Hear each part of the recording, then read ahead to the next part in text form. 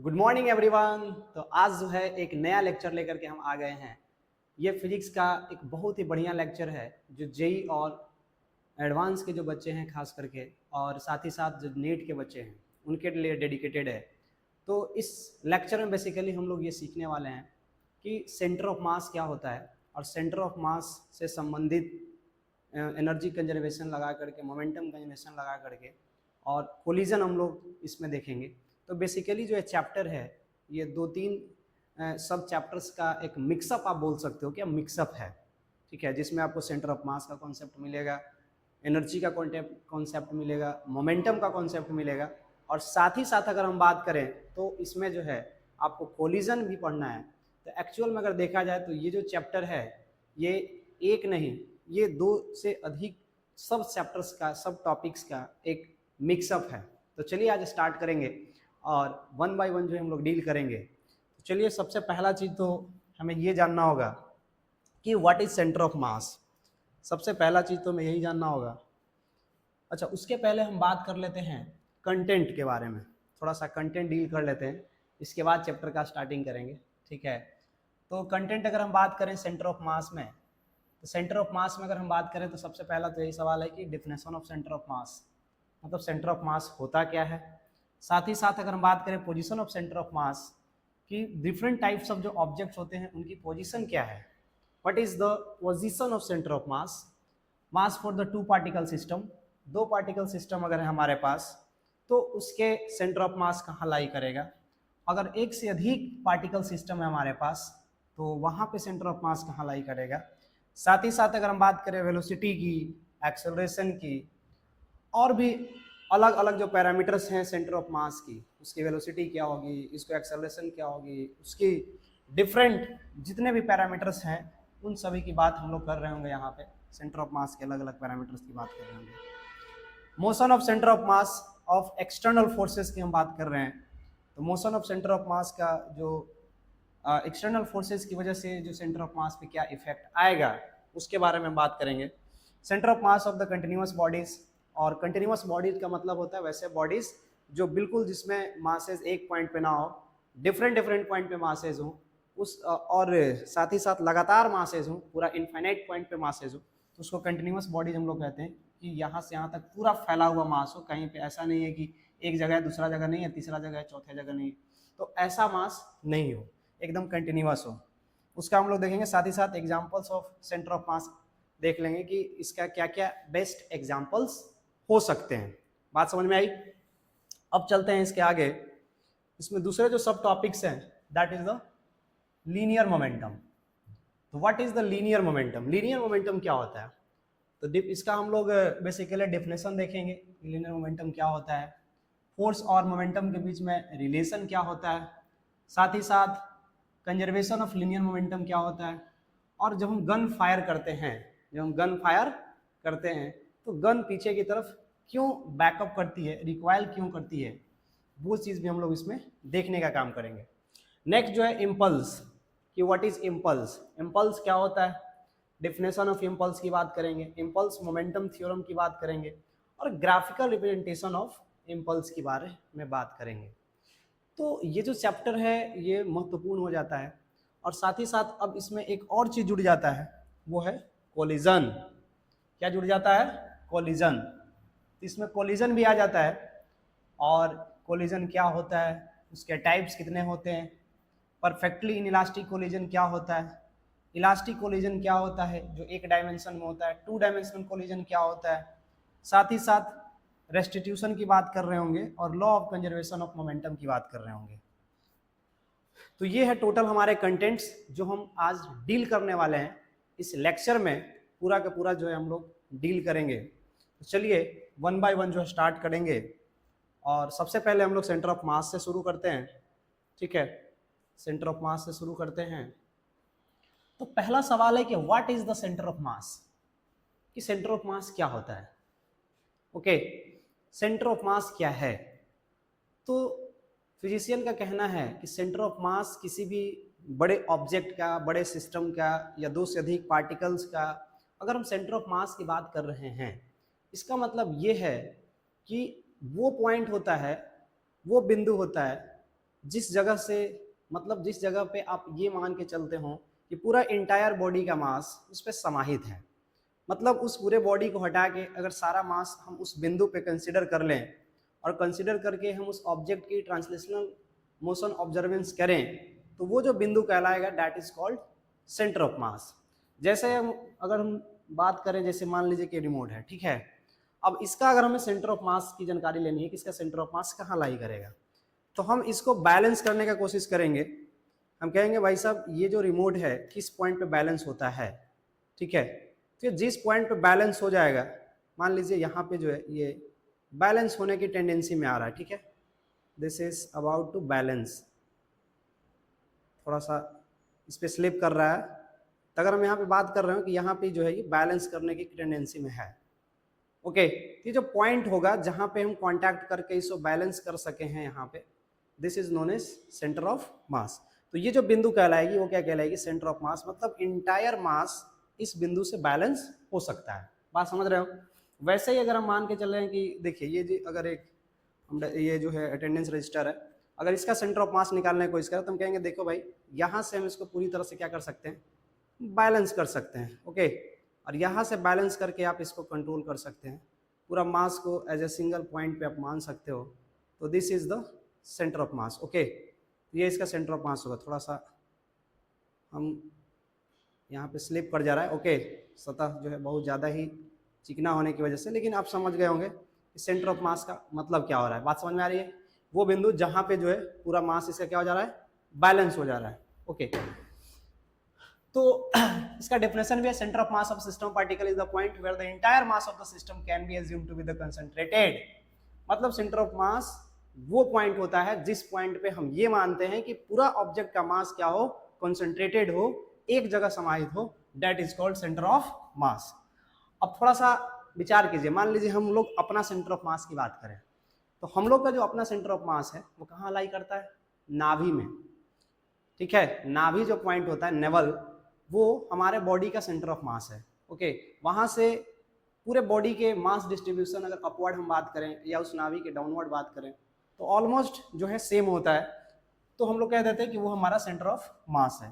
तो कोई भी अगर मान लीजिए कोई ऑब्जेक्ट है, वो 3D ऑब्जेक्ट है, अभी हम ऐसी एग्जांपल दे रहे हैं, और ये पूरी तरह से सॉलिड ऑब्जेक्ट है, पूरी तरह से भरा हुआ है, तो इसका जो सेंटर ऑफ मास कहने का मतलब वो पॉइंट होगा जहां पे आप पूरा के पूरा इसका मास एक बिंदु पे कंसीडर कर सको।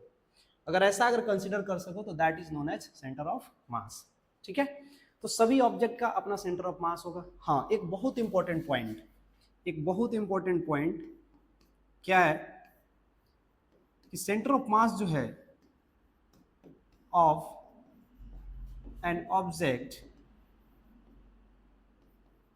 can lie outside the object, जो भी ऑब्जेक्ट है उस ऑब्जेक्ट के आउटसाइड सेंटर ऑफ मास लाई कर सकता है। ऐसा कभी ना समझें कि सेंटर ऑफ मास हमेशा और हमेशा ऑब्जेक्ट के अंदर ही लाई करेगा, बिल्कुल नहीं, ये आउटवर्ड भी लाई कर सकता है, ये बाहर भी लाई कर सकता है, ठीक है। बहुत सारे ऐसे केसेस मिलेंगे जहां पे सेंटर ऑफ मास कहाँ लाई करेगा, बाहर लाई करेगा। बात समझ में आ रही है? चले हम लोग देखेंगे वो सारे केसेस की बात करेंगे। अब थोड़ा सा हम यहाँ पे position of centre of mass की बात कर लेते हैं, क्योंकि सेंटर जो होता है एक पॉइंट होगा, एक बिंदु होगा, तो प्रत्येक ज्योमेट्री का, जितने भी हमारे पास ज्योमेट्री है, चाहे क्यूब है, क्यूबॉइड है, या कोई रेक्टेंगल है, या कोई ट्रायंगल है, या कोई अलग टाइप का ज्योमेट्रिकल जो भी हमारे पास शेप मौजूद हैं, उन शेप में अगर हम बात करें तो जो सेंटर ऑफ मास होगा, अब यहाँ पे जो हमारे पास शेप दिख रहे हैं, ठीक है, ये जो है हमारा दिस इज द सिलेंडर, तो सिलेंडर का जो सेंटर ऑफ मास है वो ठीक बीच में दिखाया गया है। अगर हम यहाँ से यहाँ तक सिलेंडर की हाइट अगर h हम बोलें तो ये जो सिलेंडर का जो सेंटर होगा वो कहाँ होगा, ये एक फेस से h/2 पे होगा, ओके। इसका जो एक्सिस है बिल्कुल ठीक बीच से पार करा है, ओके। अब अगर हम यहाँ पे बात कर रहे हो ट्रायंगल की, तो इस ट्रायंगल का जिसका अगर हम मान लें कि यहाँ से यहाँ तक जो हाइट है इस ट्रायंगल की अगर h है, तो इस ट्रायंगल का जो सेंटर ऑफ मास होता है वो h बाई 3 पे लाई करेगा। अगर ये ट्रायंगल इक्विलेटरल ट्रायंगल है, इक्विलेटरल ट्रायंगल है, बात समझे? अगर इक्विलेटरल ट्रायंगल है तब सेंटर ऑफ मास जो है इस फेस से, डाउनवर्ड फेस से, नीचे से जो है कितना पे लाई करेगा, h/3 पे लाई करेगा। यहाँ पे जो है h/2 पे लाई करेगा। ये क्या है, ये मान लीजिए कोई सर्कुलर डिस्क है, और इस सर्कुलर डिस्क की अगर हम बात करें तो इसका सेंटर ऑफ मास कहाँ लाई कर रहा है, ठीक बीच में लाई कर रहा है, ठीक बीच में लाई कर रहा है। ओके, फिर यहाँ अगर बात कर रहे हैं स्क्वायर की, ये सर्कुलर डिस्क है, सर्कुलर डिस्क। अच्छा, रिंग भी अगर होगा तो सेंटर ऑफ मास वहीं पे लाई करेगा, अलग नहीं होगा। तो सर्कुलर डिस्क रहे या सर्कुलर रिंग रहे या कोई स्फीयर रहे पूरी तरह से कंप्लीट, है ना, या हॉलो स्फीयर रहे, इन सभी का सेंटर ऑफ मास कहाँ लाई करेगा, उसके सेंटर पे लाई करेगा। यहाँ पे अगर हम ध्यान से देखें तो ये क्या है, ये स्क्वायर है, तो स्क्वायर का सेंटर ऑफ मास ठीक बीच में लाई कर रहा है। This is the centre of mass, this is the centre of mass, this is the centre of mass, this is the centre of mass, this is the centre of mass. Okay, ये कहाँ लाई कर रहा है, अगर ये rectangle है और length इसका l है तो ये लाई कर रहा है l/2 पे, और यहाँ से यहाँ तक b/2 पे, यानी कि इसका सेंटर ऑफ मास l/2 और b/2 पे।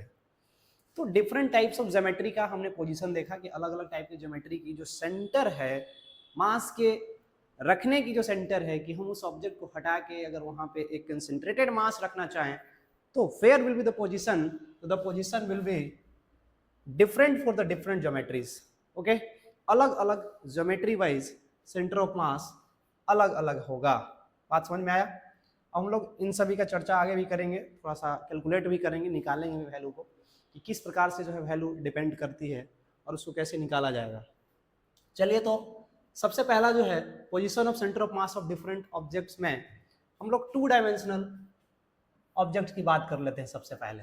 ठीक है, जैसे 2 डायमेंशनल ऑब्जेक्ट जो प्लेनर ऑब्जेक्ट होते हैं, प्लेनर ऑब्जेक्ट जो होते हैं जो प्लेन पे खींचे जाते हैं, प्लेनर फिगर्स की अगर हम बात करें, ऑब्जेक्ट भी बात कर सकते हैं, कोई दिक्कत नहीं है, बहुत सारे फिगर्स भी मिलेंगे जिसमें थिकनेस या विड्थ बहुत कम हो, उसकी हम बात कर रहे हो।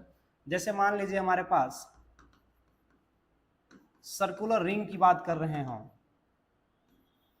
ठीक है, सर्कुलर रिंग की बात कर रहे हो, तो सर्कुलर रिंग में जैसा कि हम लोग जानते हैं कि सर्कुलर रिंग जो होता है, सर्कुलर रिंग, इसका सेंटर ऑफ मास कहाँ होगा, ठीक बीच में होगा। इसका जो सेंटर ऑफ मास होगा वो ठीक बीच में होगा। Okay, this is the centre of mass. अगर सर्कुलर रिंग के जगह हमारे पास और क्या रहे, अगर सर्कुलर रिंग के जगह हमारे पास, सर्कुलर रिंग के जगह कोई सेमी सर्कुलर रिंग रहे, कैसा रहे, सेमी सर्कुलर अगर हमारे पास रिंग रहे, तो अब बताइए कि अब उसका सेमी सर्कुलर अगर हमारे पास रिंग रहे, सेमी सर्कुलर अगर हमारे पास रिंग रहे, ओके, कुछ इस प्रकार के यहां से, तो इस सेमी सर्कुलर रिंग की जो सेंटर ऑफ मास होगी, थोड़ा सा मैं इसको डार्क कर देता हूं, इस सेमी सर्कुलर रिंग का जो सेंटर ऑफ मास होगा वो ठीक बीच में लाई नहीं करता, वो ठीक बीच में लाई नहीं करता, वो इस फेस से 2r/π पे लाई करता है। ओके, कितना पे लाई करता है, 2r/π पे लाई करता है। तो डेट मीन्स, अच्छा, ये जो सेंटर ऑफ मास है, ध्यान से अगर देखें तो ये रिंग पे नहीं है। अगर मैं इस रिंग को देखूं तो रिंग पे ये सेंटर ऑफ मास नहीं है, रिंग से अलग है। बात समझ में आ रही है? तो आउटसाइड रिंग है ये, अगर हम देखा जाए तो इस रिंग के बॉडीज पे नहीं है, it does not lie on the body of the ring. हम कह सकते हैं कि it does not lie on the body of ring. Body का मतलब पार्ट ऑफ से ही है, ठीक है, कि रिंग के पार्ट पे नहीं लाई कर रहा, रिंग से अलग लाई कर रहा है। वैसे ही अगर यहां हम देखें, it also does not lie on the part of the ring, ये रिंग से अलग लाई कर रहा है। This also lies outside of the part of ring. ठीक है, तो रिंग के पार्ट के आउटसाइड लाई कर रहा है। ये सब इंपॉर्टेंट पॉइंट हैं कि जो भी प्लानर फिगर्स हैं, अगर इनका और भी डिफरेंट डिफरेंट ज्योमेट्री बनेगा उसको हम लोग निकालेंगे, एंगल वाइज डिराइव करेंगे। लेकिन थोड़ा सा अभी हम लोग बात कर लेते हैं कि 2D फिगर्स में और भी जो फिगर्स हैं हमारे पास, उनका सेंटर ऑफ मास किस प्रकार से आप निकालेंगे। ठीक है, एक मिनट। अगर हमारे पास प्लेनर फिगर की अगर बात हो, जैसे अगर हम मान लें सर्कुलर डिस्क, तो अगर हमारे पास सर्कुलर डिस्क हो, क्या हो, सर्कुलर डिस्क हो, एक मिनट कैसे काम नहीं कर रहा, हाँ, अगर हम सर्कुलर डिस्क की अगर हम बात कर लें और हमारे पास अगर सर्कुलर डिस्क हो, अभी सर्कुलर डिस्क यहाँ पे जो है ये डिस्क है, ध्यान देना है, दिस इज व्हाट, ये डिस्क है, ये पूरी तरह से जो है फिल्ड अप है, ये डिस्क है, खाली नहीं है, यहाँ पे पूरा तरह से भरा हुआ है, डिस्क है। तो इसका भी जो सेंटर ऑफ मास होगा ये ठीक बीच में लाई करेगा, this is centre of mass, ठीक बीच में लाई करेगा। और यही डिस्क अगर सेमी सर्कुलर हो जाए, this is the semi circular disc, तो सेमी सर्कुलर अगर डिस्क हो जाए मतलब ऐसे आधा आधवा, है ना, इस प्रकार से सेमी सर्कुलर डिस्क हो जाए, तो इसका जो सेंटर ऑफ मास होगा वो लाई कर जाएगा 4r/3π। ठीक है, तो इसका सेंटर ऑफ मास हो जाएगा 4r/3π। तो ये सभी 2D ऑब्जेक्ट्स हैं जिसमें एक प्लेनर फिगर है, एक प्लेन पे खींचे जाने वाला फिगर है, और इस प्लेनर फिगर का आप सेंटर ऑफ मास इस प्रकार से निकाल रहे हो। और भी ऑब्जेक्ट्स हैं हमारे पास, और भी डिफरेंट शेप की अगर हम बात करें तो थोड़ा सा और भी डिफरेंट शेप की हम बात कर लेते हैं। जैसे अगर हम देखें, एक मिनट, और भी अगर हम शेप की हम बात कर लें यहाँ पे, तो हमारे पास जो और भी डिफरेंट शेप हैं वो क्या हो जाएगा, किसी भी टाइप का अगर हम रेक्टेंगल की बात कर लें, रेक्टेंगल की बात कर लें, अगर रेक्टेंगल है हमारे पास फिगर, हम यहाँ से ले उठा लेते हैं सबको, ओके, यहाँ से रेक्टेंगल बना लेते हैं, ठीक है, स्क्वायर बना लेते हैं, इसके बाद रोम्बस बना लेते हैं, इसके बाद रोम्बस बना लेते हैं, इसके बाद ट्रेपेजियम बना लेते हैं, ट्रेपेजियम बना लेते हैं, इसके बाद हेक्सागोन बना लेते हैं, ओके, हेक्सागोन बना लेते हैं। ऐसे करके हमारे पास डिफरेंट शेप हैं यहाँ पे। थोड़ा सा इसको छोटा कर लेते हैं, इधर खिसका लेते हैं, ओके, इस तरह से हमारे पास ये सब 2D शेप्स हैं। और भी हो सकता है, एलिप्स है हमारे पास ओवल शेप में, ये ऐसे करके हमारे पास डिफरेंट डिफरेंट शेप मौजूद हैं।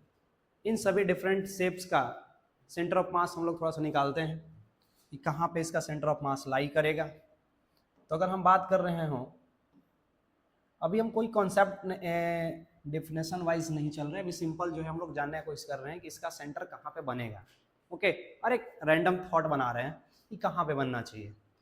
तो ये हमारा क्या है, this is rectangle, this is square, this is square. तो अगर हम इसकी बात कर रहे हो तो इसका जो सेंटर ऑफ मास है वो ठीक बीच में एकदम आ जाएगा, जहाँ से ये बिल्कुल पूरी पूरी एकदम डिवाइड होता हो, तो ये जो पॉइंट होगा ठीक बीच वाली, this is the centre of मास। वैसे ही अगर हम इसकी बात करो स्क्वायर की, अच्छा, ये स्क्वायर रिंग भी हो सकता है, स्क्वायर प्लेट भी हो सकता है। तो अगर हम यहाँ पे जो फिगर बना रहे हैं वो रिंग टाइप भी हो सकता है या कोई प्लेट टाइप भी हो सकता है, ठीक है, तो ये प्लेट टाइप भी हो सकता है, ये रिंग में भी हो सकता है या प्लेट में भी हो सकता है, दोनों ही टाइप में पॉसिबल है वो। दोनों ही टाइप में पॉसिबल है। ओके, थोड़ा सा मैं इसको लिख देता हूँ कि ये रिंग टाइप में भी हो सकता है, ये रिंग टाइप में भी हो सकता है, या प्लेट टाइप में भी हो सकता है, प्लेट टाइप में भी हो सकता है, दोनों ही टाइप में हो सकता है। मतलब सरफेस पे भी हो सकता है, ऐसे बना हुआ हो सकता है। इसका भी अगर हम बात करें तो ये बिल्कुल ठीक बीचों बीच जो है यहाँ पे इसका सेंटर ऑफ मास लाई करेगा, है ना। This is the centre of मास। फिर अगर हम इस ज्योमेट्री की बात करें तो ये भी है, ये भी एकदम यहाँ से अगर ऐसे हम इसको कट करें सीधा सीधा, थोड़ा सा टेढ़ा हो गया है, तो यहाँ से हमें जो है कुछ इस प्रकार से समझ आएगा कि ये भी जो है पूरी तरह से, एक मिनट, है ना, ये ऐसा है, इसका सेंटर ऑफ मास यहाँ पे लाई करेगा। This is the rhombus. Okay, this is the rhombus, ये रोम्बस है। फिर अगर हम बात कर रहे हो यहाँ पे पेंटागन का, तो पेंटागन का ये पूरी तरह से अगर हम इसको डिफरेंट डिफरेंट एजेस को अगर मिलाएं, यहाँ से ऐसे, एक मिनट, यहाँ से ऐसे मिलाएं, यहाँ से ऐसे मिलाएं, है ना, ऐसे मिलाएं, यहाँ से ऐसे मिलाएं, तो ये यहाँ पे तो कट रहा है बट ये नहीं हो रहा है। बात समझ में आ रही है? यानी इसका सेंटर ऑफ मास ठीक यहाँ पे तो नहीं होगा, यानी इसका जो सेंटर ऑफ मास होना चाहिए वो इस पॉइंट पे होना चाहिए। दिस इज, ये पॉइंट होना चाहिए जहां पे सेंटर ऑफ मास होना चाहिए। बात समझ में आ रही है? ये पॉइंट जहां इंटरसेक्ट कर रहा है यहां तो आप नहीं कह सकते ना, यहां सेंटर ऑफ मास नहीं बता सकते। इसकी जो सेंटर ऑफ मास होगी कुछ यहां पे होगी, ये इसके पॉइंट होंगे पेंटागन का। This is pentagon, pentagon 5 side है ना, this is the 5 side, pentagon है ये। अगर हेक्सागोन रहता तब बिल्कुल ठीक एकदम बीचों बीच रहता, है ना। अगर फिगर हेक्सागोन रहता, हेक्सागोन है इसमें, एक मिनट, पेंटागोन ही है। अगर फिगर हेक्सागोनल रहता, ओके, फिगर अगर ऐसा रहता, यहाँ से यहाँ, यहाँ से यहाँ, यहाँ से यहाँ, यहाँ से यहाँ, और ये रेगुलर हेक्सागोन रहता है, ये भी ध्यान रखना है, एक मिनट, ये रेगुलर हेक्सागोन रहता है। हमें इस बात का भी ध्यान रखना है कि फिगर कैसा रहे, रेगुलर रहे। तो अगर रेगुलर हेक्सागोन आता तब इसकी सेंटर ऑफ मास जो है ठीक बीच में आता, इसको ऐसे इंटरसेक्ट करते, इसको ऐसे करते, तो ये बिल्कुल जो है ठीक बीच में आता है इसका सेंटर ऑफ मास, ठीक बीच में आता। This is the section centre of mass, this is regular hexagon, hexagon. Okay, तो रेगुलर हेक्सागोन का सेंटर ऑफ मास जो है ठीक बीच में आ जाता। पेंटागोन का सेंटर ऑफ मास ठीक आपको इस प्रकार से आपको समझ में आएगा। दिस इज रेगुलर पेंटागन है, this is regular pentagon, regular pentagon. अच्छा, ये है जो हमारा क्या है, this is the trapezium, this is the trapezium. अब ट्रेपेजियम का जो सेंटर ऑफ मास है, ओके, ट्रेपेजियम का जो सेंटर ऑफ मास है वो कहाँ जाएगा भाई, ट्रेपेजियम का सेंटर ऑफ मास, ट्रेपेजियम का जो सेंटर ऑफ मास है वो इस वाले एक्सिस, अगर ऐसा ट्रेपेजियम है, इस प्रकार का अगर ट्रेपेजियम है तो इसका सेंटर ऑफ मास जो है वो कुछ इस एरिया में लाई करेगा। This is the centre of mass. ये क्या है, दिस इज एलिप्स, और एलिप्स का सेंटर ऑफ मास निकालना बहुत आसान है। This is the centre of mass of ellipse, this is the centre of mass ellipse. तो हमारे पास डिफरेंट डिफरेंट ज्योमेट्रीज हैं, इन सभी ज्योमेट्री का आप सेंटर ऑफ मास निकाल सकते हैं। अब बात यह आती है कि ये तो पोजीशन हमने मार्क कर दिया, लेकिन एग्जैक्ट डिस्टेंस कितनी है ये निकालना सबसे बड़ा खेल है। ये तो हम फिगर आउट कर लिए कि यहाँ पे होना चाहिए, यहाँ पे होना चाहिए, यहाँ पे होना चाहिए, यहाँ पे होना चाहिए, यहाँ पे होना चाहिए, इसका सेंटर ऑफ मास इस पोजीशन पे होना चाहिए। But what is the exact positioning of the centre of मास, इसका मतलब यह है कि हम कितना दूरी पे इस लाइन से सेंटर ऑफ मास को लें, हम कितना डिस्टेंस पे इस पॉइंट को मार्क करें, हम कितना डिस्टेंस पे यहाँ पेंटागन के अंदर मार्क करें, या और भी हमारे जितने भी ज्योमेट्री शेप्स बन रहे हैं, इन सभी ज्योमेट्री शेप में या 3D ऑब्जेक्ट्स जो आएंगे, उन 3D ऑब्जेक्ट्स में जो सेंटर ऑफ मास की पोजीशन होगी वो कहाँ पे होगा और उसकी एग्जैक्ट लोकेशन क्या होगी, वो हम लोग निकालने का प्रयास करेंगे। इसके आगे जो है थोड़ा सा 3D ऑब्जेक्ट का भी देख लेते हैं कि हमारे पास 3D ऑब्जेक्ट जो हैं उनके सेंटर ऑफ मास किस प्रकार से कैसे कैसे लाई करते हैं। तो अगर 3D ऑब्जेक्ट में बात करें तो हमारे पास स्फीयर हो सकता है, this is the sphere. 3D object में अगर बात करें तो हमारे पास हेमिस्फीयर हो सकता है, यहाँ पे हमें सिलेंडर हो सकता है, यहाँ पे हमें कोन हो सकता है, यहाँ पे हमें पिरामिड हो सकता है। ओके, तो ये डिफरेंट डिफरेंट टाइप के ज्योमेट्री जो है, टेट्राहेड्रल स्ट्रक्चर हो सकता है, ठीक है। फिर अगर हम बात करें यहाँ पे तो इस तरह से क्यूबॉइड हो सकता है। तो ये हमारे 3D फिगर्स हैं, these are the 3 dimensional figures. इन 3 डायमेंशनल फिगर्स का सेंटर ऑफ मास हम कैसे एलोकेट करेंगे, कहाँ पे होगा। ये हमारा हो गया, ये हमारा क्या हो गया, स्फीयर हो गया, एक मिनट, ये हमारा स्फीयर हो गया, स्फीयर हो गया, ये हमारा हेमिस्फीयर हो गया, हेमिस्फीयर, ये हमारा सिलेंडर हो गया, ये हमारा कोन हो गया। इसकी अगर हम बात करें तो ये दोनों पिरामिडल स्ट्रक्चर है, ठीक है, ये दोनों जो है पिरामिडल स्ट्रक्चर है। इसका बेस रेक्टेंगल है, इसका बेस ट्रेंगल है, बस अंतर ये है। इसकी अगर हम बात करें तो ये क्यूब है, दिस इज क्यूब या क्यूबॉइड। क्यूबॉइड एक और खींच लेते हैं, क्यूब भी कर ही लेते हैं, यहाँ पे इधर बगल में क्यूब है, ठीक है, this is cube, this is cube. ये हमारे पास ज्योमेट्री शेप अलग अलग आपको दिखाई दे रहे हैं। अब जो ये हमारे 3D डायमेंशनल ज्योमेट्री शेप जो होते हैं ये दो तरीके के होते हैं। जैसे हमने पिछले में क्या बताया कि ये जो हमारे शेप हैं ये दो तरह के हो सकते हैं। क्या क्या हो सकते हैं, एक तो भाई साहब रिंग स्ट्रक्चर में हो सकता है, एक प्लेट स्ट्रक्चर में हो सकता है। इसका मतलब एक में सिर्फ लाइन लाइन सा बना हो सकता है, बाउंड्री बाउंड्री सिर्फ बना हो सकता है, और दूसरे में पूरा एरिया के टाइप में ये बना हुआ हो सकता है, सीट बना हो सकता है। प्लेट मीन्स सीट के फॉर्म में हो सकता है, ओके, लैमिना के फॉर्म में हो सकता है, लैमिना के फॉर्म में हो सकता है, तो इस फॉर्म में बना हुआ हो सकता है, पतली पतली, ठीक। 3D ऑब्जेक्ट जो हैं हमारे पास वो 3D ऑब्जेक्ट्स ये भी दो फॉर्म में हो सकते हैं। एक 3D ऑब्जेक्ट जो है हॉलो हो सकता है, हॉलो हो सकता है, दूसरा जो है सॉलिड हो सकता है।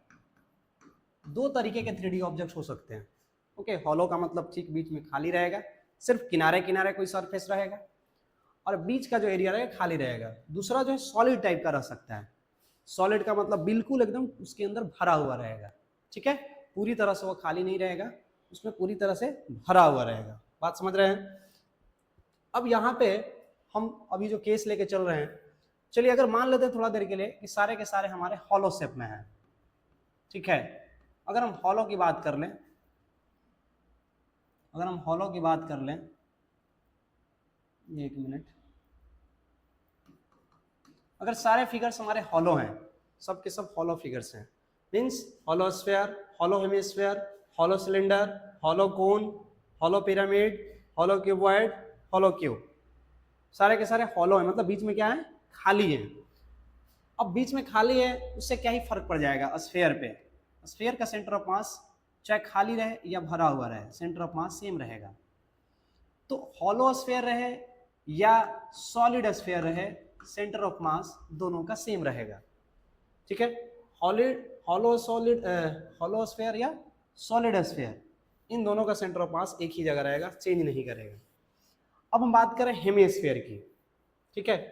हेमिस्फीयर का जो सेंटर ऑफ मास है, अगर ये सॉलिड रहा और यदि ये हॉलो रहा तो हॉलो के जो केस में होता है वो इसका r/2 पे हो जाता है, मतलब r अगर इसकी रेडियस है तो यहां पे इसका सेंटर ऑफ मास लाई करता है, दिस लेंथ इज r/2, ये r/2 पे लाई करता है इसका सेंटर ऑफ मास अगर हॉलो है। तो अगर ये सॉलिड है, अगर ये क्या है सॉलिड है, तो इसका सेंटर ऑफ मास हो जाता है 3r/8 हो जाता है, दिस इज एट 3r/8।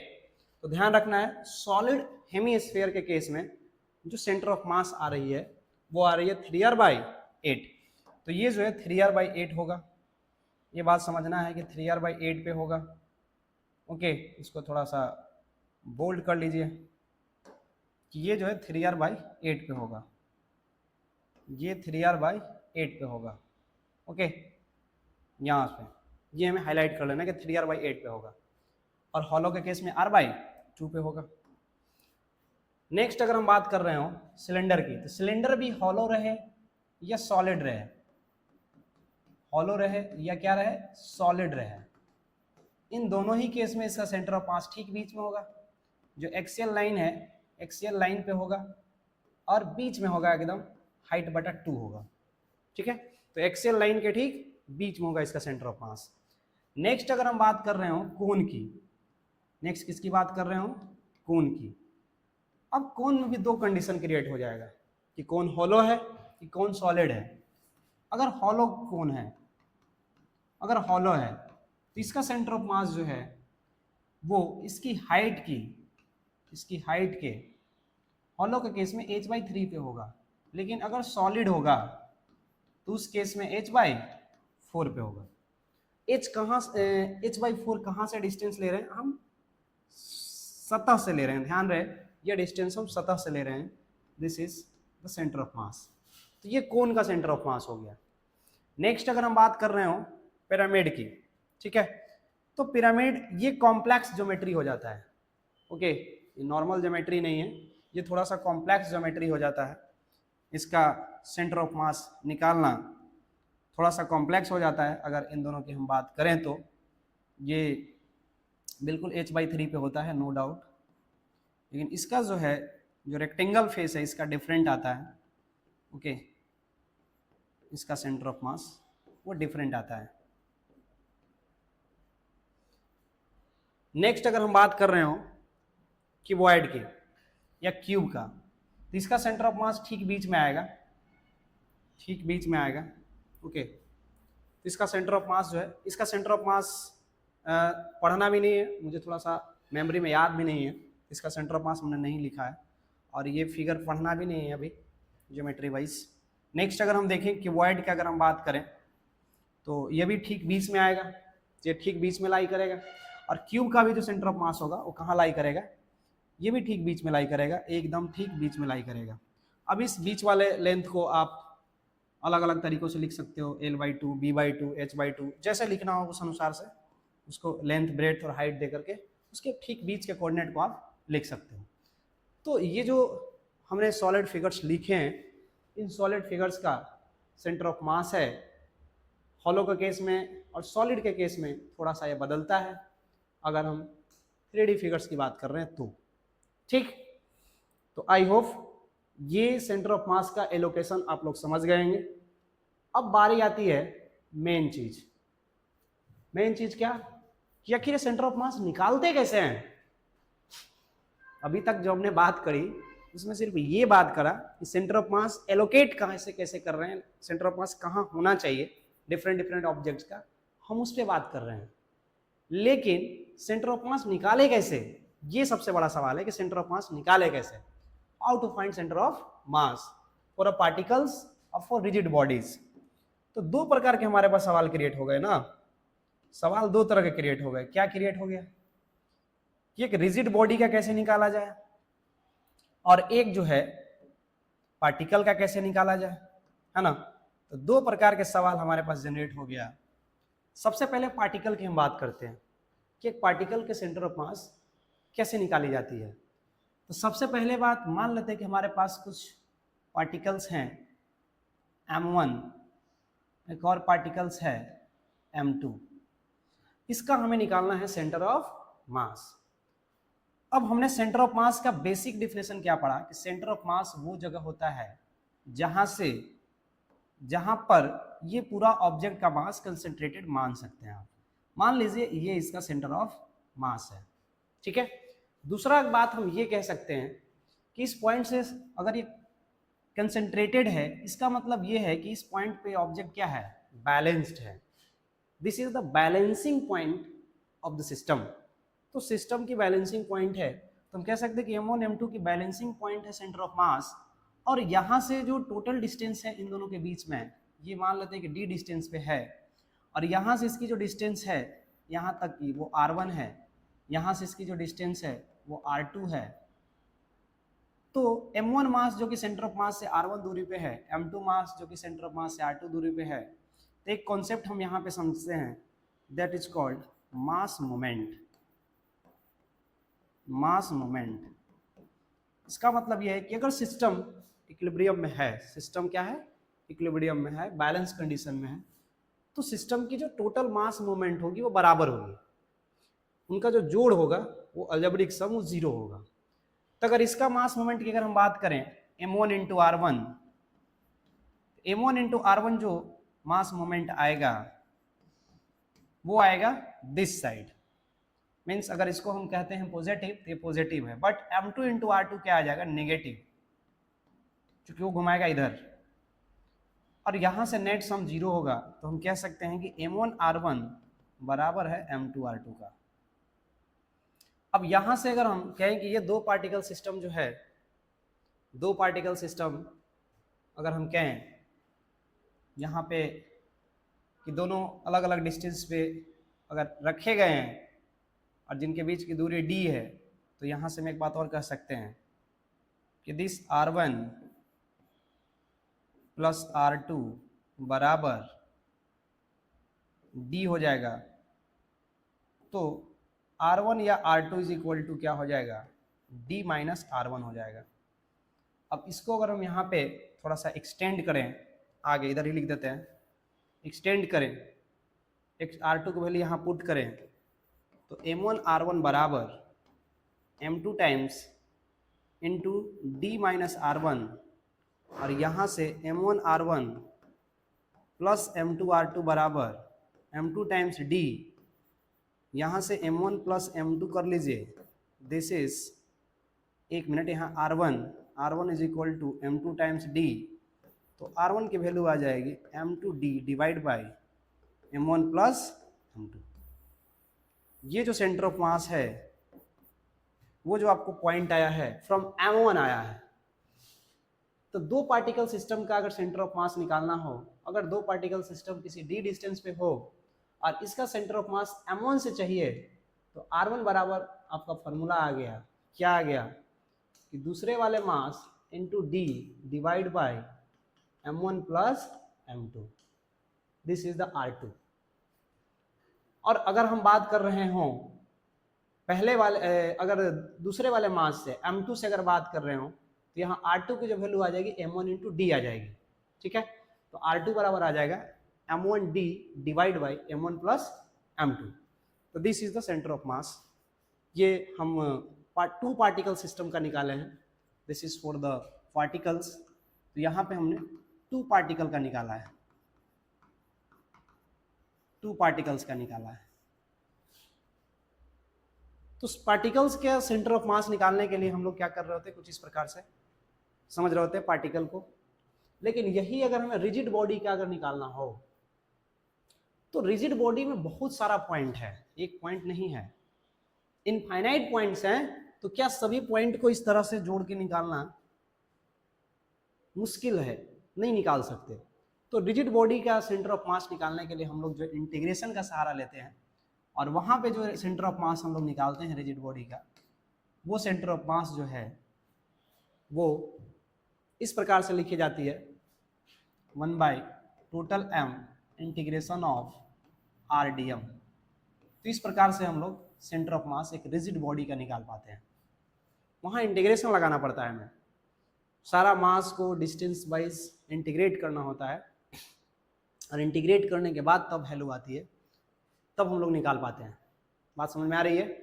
चर्चा करेंगे इसकी, ठीक है। अभी मैं सिर्फ ये बता रहा हूँ कि इन दोनों का सेंटर ऑफ मास निकालते कैसे हैं। अब position of centre of mass of two particle system, इसकी बात हमने तो समझा ही दिया कि भाई साहब यदि दो पार्टिकल रखा हुआ है, ठीक है, m1 और m2, इसके बीच की डिस्टेंस अगर दी हुई है d, अगर हमको चाहिए position of centre of mass from m1, तो r1 बराबर ये सेंटर ऑफ मास अगर है, this means m2 into D divide by m1 plus m2। अगर position of centre of mass from m2 चाहिए तो r2 is equal to m1 into D by m1 plus m2। ये क्या है? ये है position of centre of mass from m1। ये क्या है? Position of centre of mass from m2। बात समझ में रही? m2 मास से पोजीशन कितनी है, सेंटर ऑफ मास की डिस्टेंस है, वो आप यहाँ पे मेंशन कर रहे हो, वो यहाँ पे मेंशन कर रहे हो। और ये क्या मेंशन हो रहा है कि m1 से कहाँ पे है।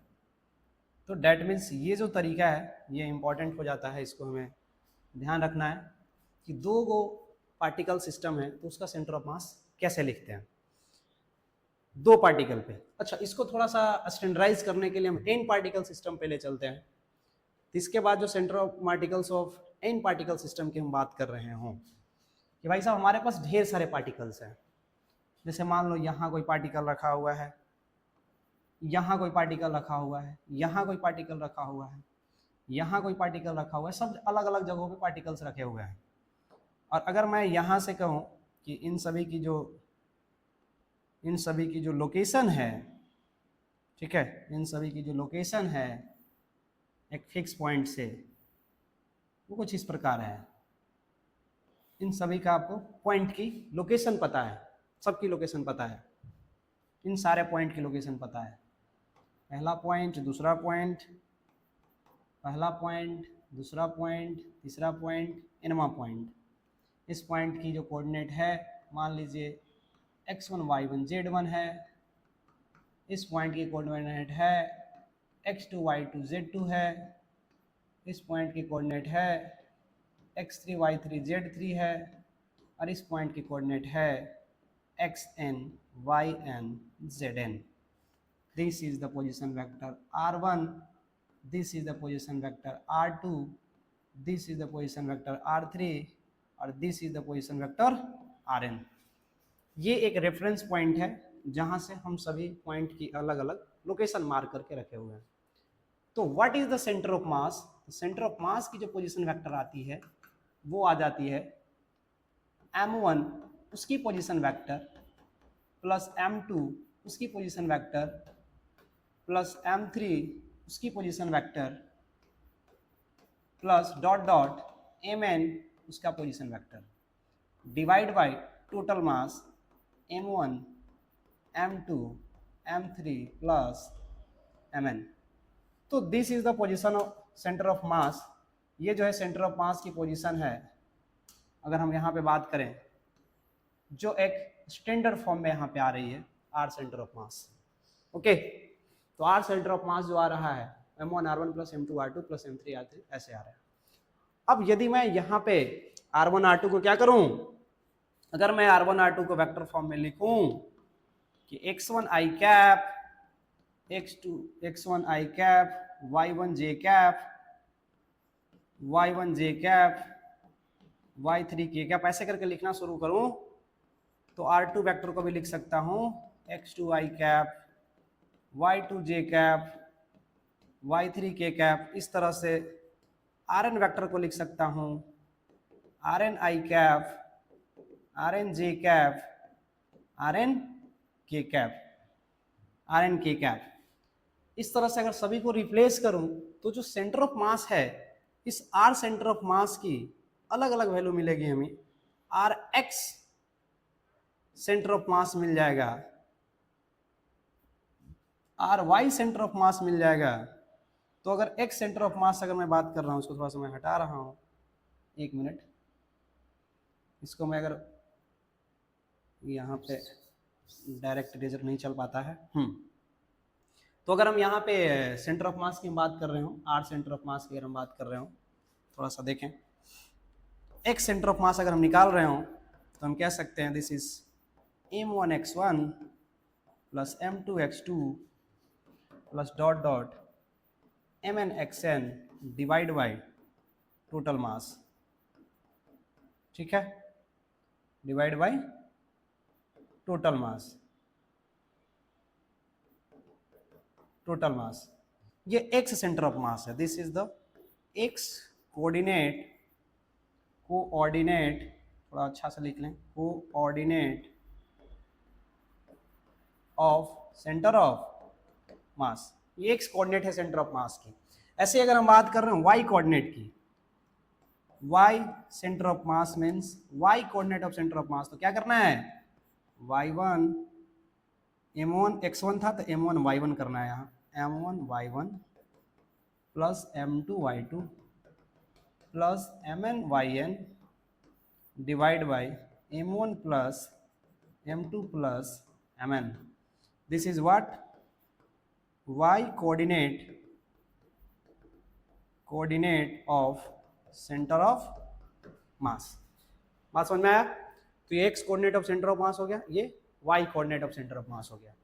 अब अगर हम बात कर रहे हो z कोऑर्डिनेट की, तो z कोऑर्डिनेट इसी प्रकार से लिखा जा सकता है, z centre of mass, this is the z centre of mass, this is m1 z1 plus m2 z2 plus dot dot mn zn divide by total m1 plus m2 plus dot dot mn।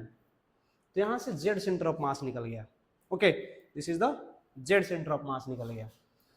अब हम यहां पे कहें कि what is the coordinate, coordinate of centre of mass, तो हम कहें कि ये जो कोऑर्डिनेट आएगा वो आ जाएगा x centre of mass, comma y centre of mass और comma z centre of mass. This is the coordinate of centre of mass. तो हम क्या करेंगे कि ये जो पार्टिकल्स दिए गए हैं उसका x coordinate, y coordinate, z coordinate तीनों निकालेंगे। तीनों निकालने के बाद जो वैल्यू बच जाएगा, है ना, जो वैल्यू हमें मिल जाएगा, बच जाएगा क्या, जो वैल्यू में मिल जाएगा उस वैल्यू को एक बार कोऑर्डिनेट में लिख देंगे, तो x centre of mass, y centre of mass और साथ साथ क्या मिल जाएगा, z सेंटर ऑफ मास मिल जाएगा। तो ये है पार्टिकल्स का कि अगर हमारे पास ढेर सारे पार्टिकल्स दिया गया हो तो उन पार्टिकल्स को आप कैसे सेंटर ऑफ मास लिखोगे, उसका सेंटर ऑफ मास कैसे निकालोगे, इंटायर इसके बदले आपको एक अकेला सेंटर चाहिए तो कहाँ पे मानोगे, तो वो सेंटर ऑफ मास हम इस प्रकार से फॉर्मूला से निकाल सकते हैं। और ये जो फॉर्मूला है, ये जो हम यहाँ डायरेक्ट लिखे हुए हैं, ये हम मास मोमेंट से ही निकालते हैं। सबका मास मोमेंट को एडअप कर देते हैं और एडअप करके क्या कर देते हैं, डिवाइड कर देते हैं। m1 इंटू r1 मास मोमेंट है, m2 इंटू r2 मास मोमेंट है, mn इंटू rn मास मोमेंट है। तो जितने भी मास उसमें कंसीडर किए जाएंगे हम ये मानेंगे कि उन सभी का मोमेंट का सम क्या है, उन सभी का मोमेंट का सम जो है रिजल्टेंट वाला वो 0 है, और साथ ही साथ हम उसको जो है टोटल मास से डिवाइड कर लेते हैं ताकि जो है हमें नेट सेंटर ऑफ मास मिल पाए। अब आगे बढ़ते हैं, इसके आगे मिलते हैं। अब बात आती है वेलोसिटी और acceleration of centre of mass. अब थोड़ा सा इस पे हम आगे बात कर लेते हैं, क्योंकि पार्टिकल सिस्टम पे बात कर रहे हैं। मान लेते हैं कि हमारे पास r सेंटर ऑफ मास मिल गया है, this is the position of centre of mass. ये पोजीशन वेक्टर है, ध्यान रहे, this is the position vector of centre of mass. This is m1 into r1 m2 into r2 plus dot dot mn into rn divide by m1 plus m2 plus dot dot mn। तो ये r centre of mass है। अब इस r centre of मास मतलब centre of mass की position है, इसको यदि मैं डिफरेंशिएट कर दूं, क्या कर दूं, डिफरेंशिएट कर दूं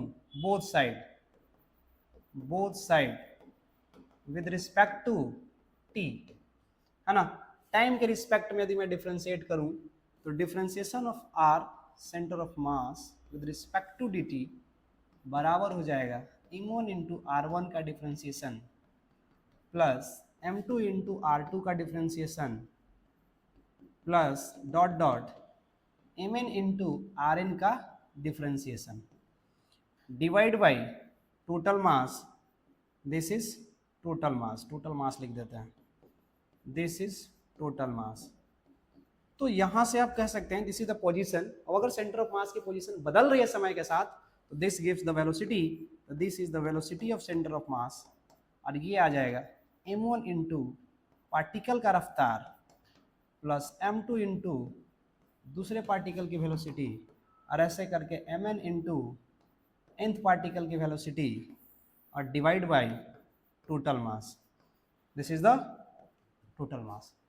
तो हम यहाँ से वेलोसिटी ऑफ सेंटर ऑफ मास बता पाते हैं, this is the velocity of centre of mass. अब अगर हम ध्यान से देखें m1 v1 की अगर हम बात कर रहे हैं है ना, अगर हम m1 v1 की बात कर रहे हैं तो what will be m1 v1, this is nothing but momentum, this is what momentum. इसका मतलब ये हुआ कि velocity of centre of mass जो है it is equal to summation of momentum, this is Pn divide by total mass, okay, this is the total mass। That means if I want to calculate the velocity of center of mass, then what we have to do, we add up the all momentum of the particles and divide by the mass, okay। तो add करके तमाम momentum को यदि मैं मास से divide कर दूं तो it gives what, it gives the velocity of centre of mass, okay. तो ये velocity of centre of mass दे देगा।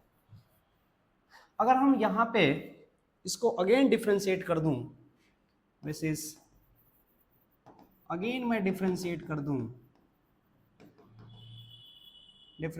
दूं किसको, इस वाले वैल्यू को, है ना। मान लीजिए इसको 1 बोल देते हैं, इक्वेशन फर्स्ट। वेरिएबल क्या रखना है, dt के रिस्पेक्ट में ही डिफरेंशिएट करना है। तो अगेन अगर मैं डिफरेंशिएट कर दूं तो differentiation of velocity of centre of mass with respect to dt will be, m1 बाहर रहेगा, differentiation of v1 with respect to dt plus differentiation of m2 बाहर रहेगा, differentiation of v2 with respect to dt, okay, और plus dot dot mn differentiation of vn with respect to dt और divide by total mass. तो यहाँ से हमें क्या समझ में आएगा कि अगर मैं वेलोसिटी को डिफरेंशिएट कर दूं, अगर वेलोसिटी चेंज हो रहा है that gives the acceleration of the centre of मास, फिर सेंटर ऑफ मास की एक्सेलरेशन दे देगी। और ये एक्सेलरेशन क्या आएगा, this one is m1 a1 plus m2 a2 plus dot dot mn an divide by total mass, this is the total mass. तो यहाँ से एक बात और समझ में आएगी जो कि बहुत इंपॉर्टेंट बात होगा, वो क्या समझ में आएगा कि जो एक्सेलरेशन हम निकाल रहे हैं सेंटर ऑफ मास की वो और कुछ नहीं है, this is the net force divide by mass. Net force कैसे है, m1 into a1 is the force, m2 into a2 is the force. तो हम कह सकते हैं कि this is the net force.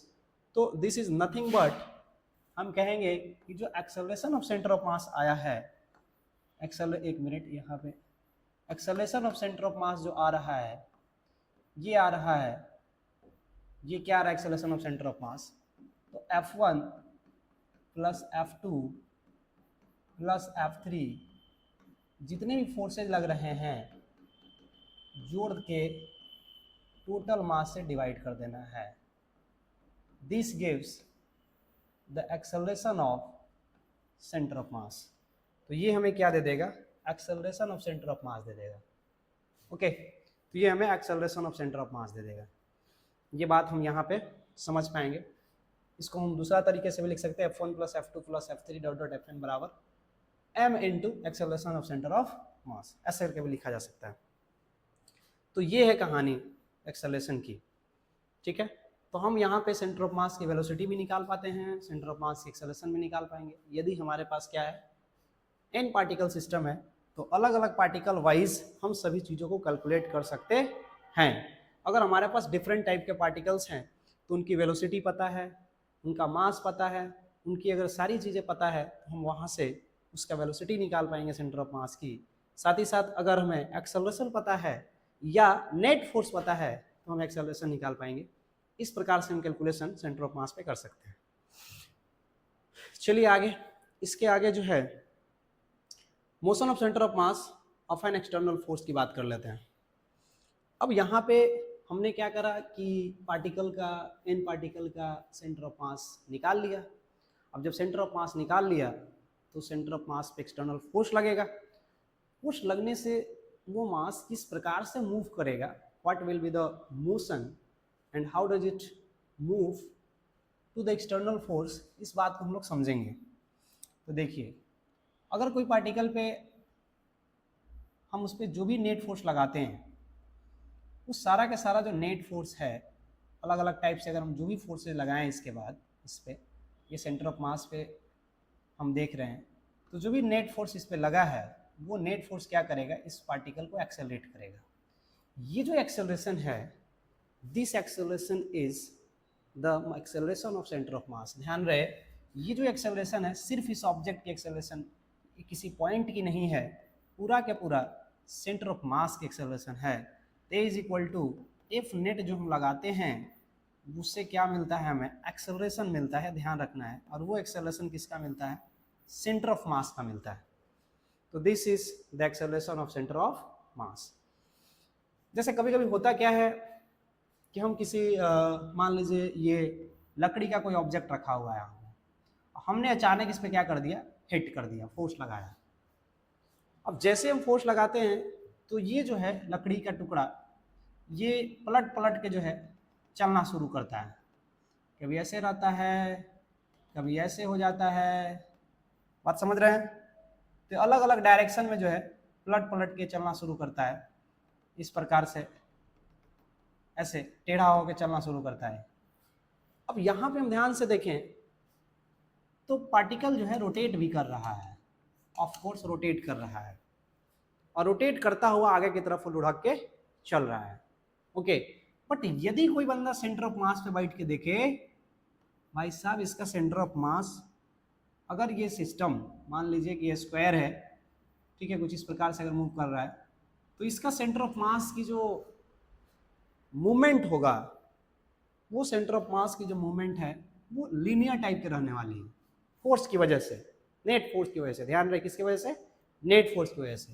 कि हमने जो इस पे एफ नोट लगाया है, तो इस एफ नेट की वजह से जो हम इस पे मोशन कंसीडर करेंगे वो ट्रांसलेशनल मोशन कंसीडर करेंगे।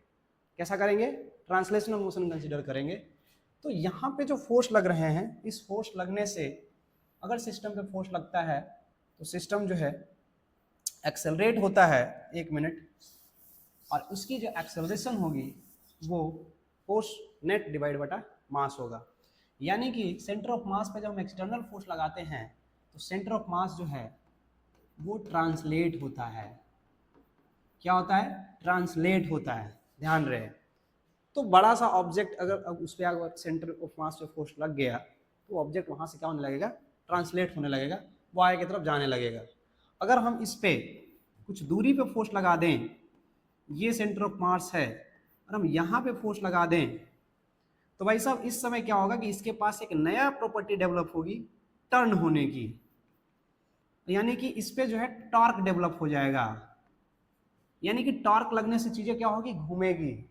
तो फोर्स जो लग रहा था उसका इम्पैक्ट जो सेंटर ऑफ मास से आएगा वो नो डाउट सिस्टम को आगे धकेलेगा। तो लीनियर तो करेगा ही, साथ ही साथ ट्रांसलेशनल मोशन भी कर जाएगा, ठीक है, लीनियर और ट्रांसलेशनल मोशन भी कर जाएगा, ट्रांसलेशनल मोशन भी कर जाएगा। तो डेट मीन्स अगर हम ये बात करें कि अगर फोर्स कुछ इस प्रकार से लग रहा हो, जिसका कुछ कंपोनेंट जो है सेंटर ऑफ मास पे एक्ट कर रहा हो, तो वो ऑब्जेक्ट लीनियर ट्रांसलेशनल भी मोशन कर सकता है। ध्यान रहे, इससे का कुछ ना कुछ कंपोनेंट यहाँ पे एड अप हो रहा है, जिसके वजह से जो है ये दोनों मोशन कर रहा है, लिनियर भी कर रहा है, ट्रांसलेशनल मोशन भी कर रहा है, बिकॉज ये रोटेट भी हो रहा है, रोटेट हो रहा है। एक मिनट, हम थोड़ा सा गलत बोल गए, दोनों एक ही वर्ड है ये। यहाँ पे ट्रांसलेशनल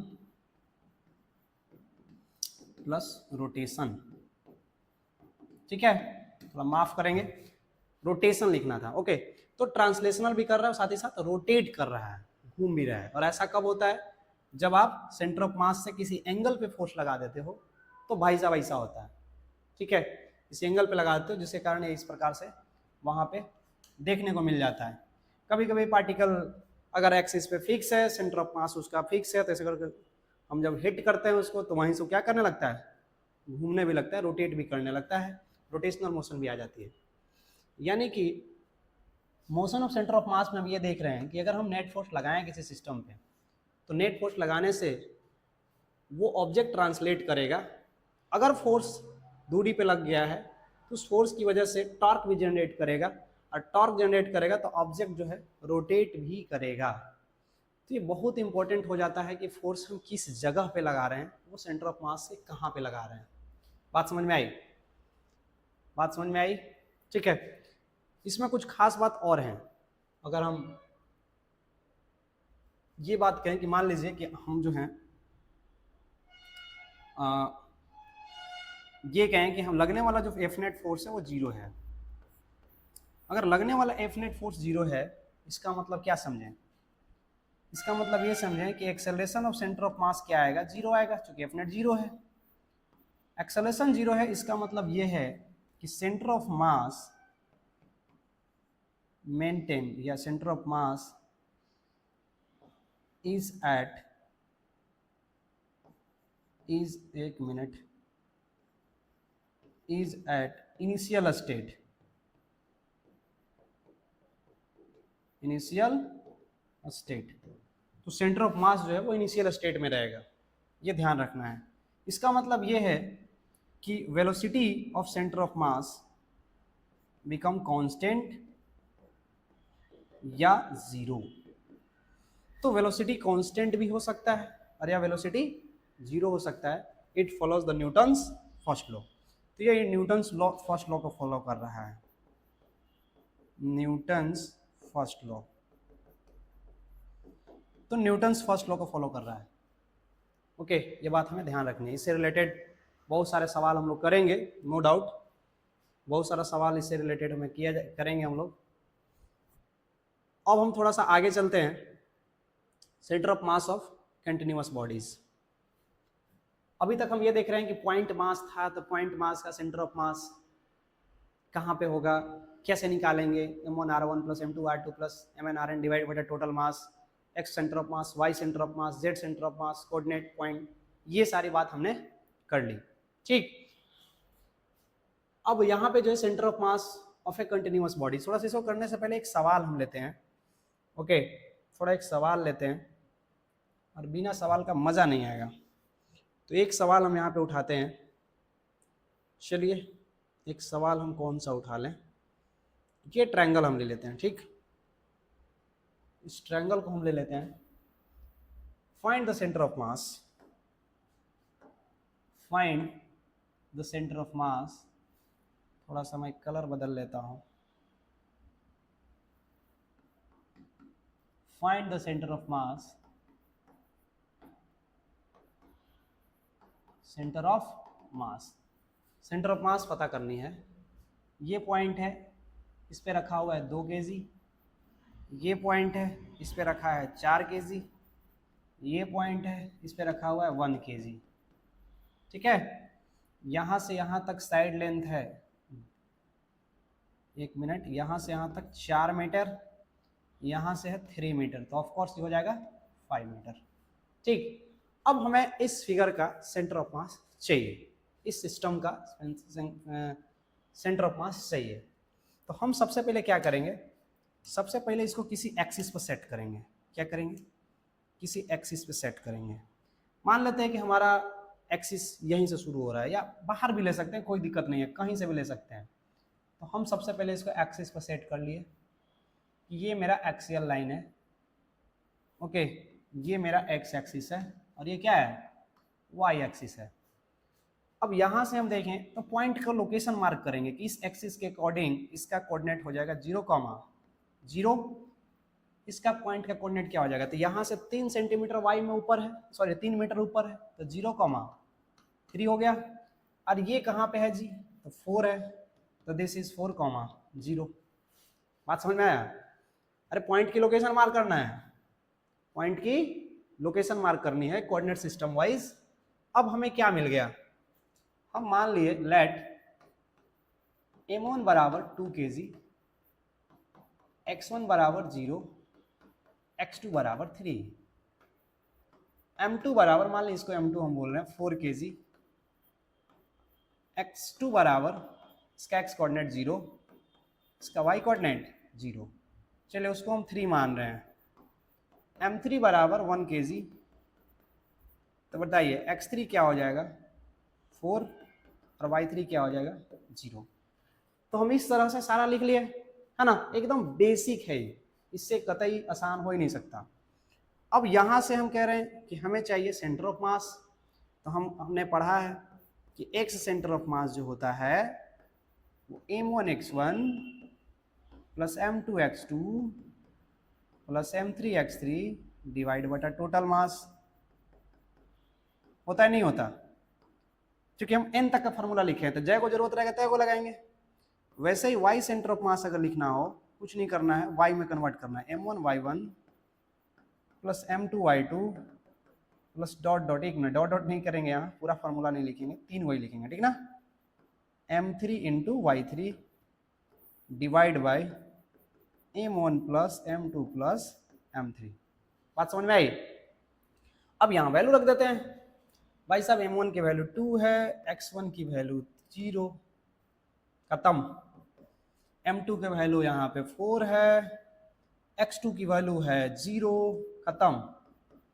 इसके बाद m3 की वैल्यू 1 है और x3 की वैल्यू 4 है, divide by total mass add करिए, 2 4 2 6, 6 1 7, यहाँ से कितना आ गया 0 हो गया, 4/7। अब अगर यहाँ बात करें हम y सेंटर ऑफ मास की, तो m1 2 है, y कोऑर्डिनेट 3 है, प्लस m2 4 है, y कोऑर्डिनेट 0 है, m3 1 है, y कोऑर्डिनेट 0 है, डिवाइड बाई टोटल मास 7, तो बराबर हो जाएगा 6/7। तो हमारे पास जो सेंटर ऑफ मास की कोऑर्डिनेट आया है वो x सेंटर ऑफ मास आया है 4/3 और y सेंटर ऑफ मास आया है 6/3। इसका मतलब x कोऑर्डिनेट जो आया है और जो y कोऑर्डिनेट आया है भाई साहब वो आया है 4/7, 6/7। अब थोड़ा देखते हैं कि है कहाँ। यहां से यहां तक टोटल 1 है, x में कितना जाना है 4/7, तो ये मिडिल पॉइंट है बीच वाला, तो आधा 7 × 5 = 35, है ना, 7 × 5 = 35, 5 के आगे है वो, मतलब मिडिल पॉइंट से थोड़ा सा राइट में है। बात समझ में आ रही है? मतलब इधर है कहीं पे, इसके जस्ट आगे होगा। 4/7 की अगर हम बात करें तो 7 × 28, 7 × 5 = 35, 7 × 6 = 42, 6 के आसपास है, मतलब इधर कहीं पे, मिडिल से तो राइट में है। और 6/7 है ना, तो 6/7 है, इसका मतलब ये जो पूरा 3 मीटर है, तो ये 1 के भी इधर होगा, मतलब जस्ट इधर ही कहीं पे सेंटर ऑफ मास लाई करेगा। This is the centre of mass. ये हमारा है सेंटर ऑफ मास भाई साहब, जिसका x कोऑर्डिनेट है 4/7 और जिसका y कोऑर्डिनेट है 6/7। ये सेंटर ऑफ मास हमने निकाला है इस पूरे सिस्टम। बात समझ में आई? तो इसको अच्छे तरीके से कर लेंगे। एक सवाल और मैं करा देता हूँ शॉर्ट में, ठीक है, इसको अच्छे से कर लेना है। चलिए एक सवाल और उठा लेता हूँ, एक सवाल और ले लेता हूँ, थोड़ा सा बढ़िया फिगर देख लेता हूँ, 3D फिगर ले लेता हूँ, ठीक है, 3D फिगर ले लेता हूँ। मान लेते हैं कि ये है मेरा figure, okay, this is cube. Find the centre of mass of this cube. इस क्यूब की सेंटर ऑफ मास निकालना है। यहाँ पे सारी चीज़ दिए रहेंगे, अभी कुछ नहीं दिया है। क्यूब है लेकिन ध्यान देना है कि वाइड नहीं मान लेना है, सबका साइड सेम है। इन सभी के साइड पे कुछ न कुछ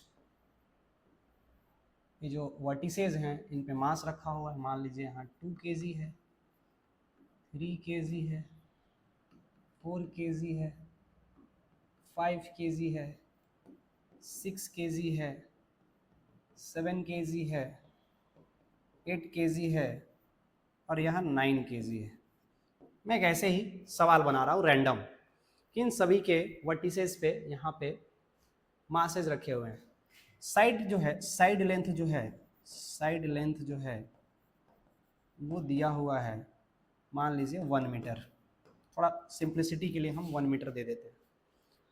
अब भाई यहाँ पे बताना है हमें what is will be the centre of mass, location क्या होगा इसका। कहानी वैसे ही चलेगी, कोऑर्डिनेट एक्सिस बनाना। सबसे पहले क्या बनाना, कोऑर्डिनेट एक्सिस बनाना।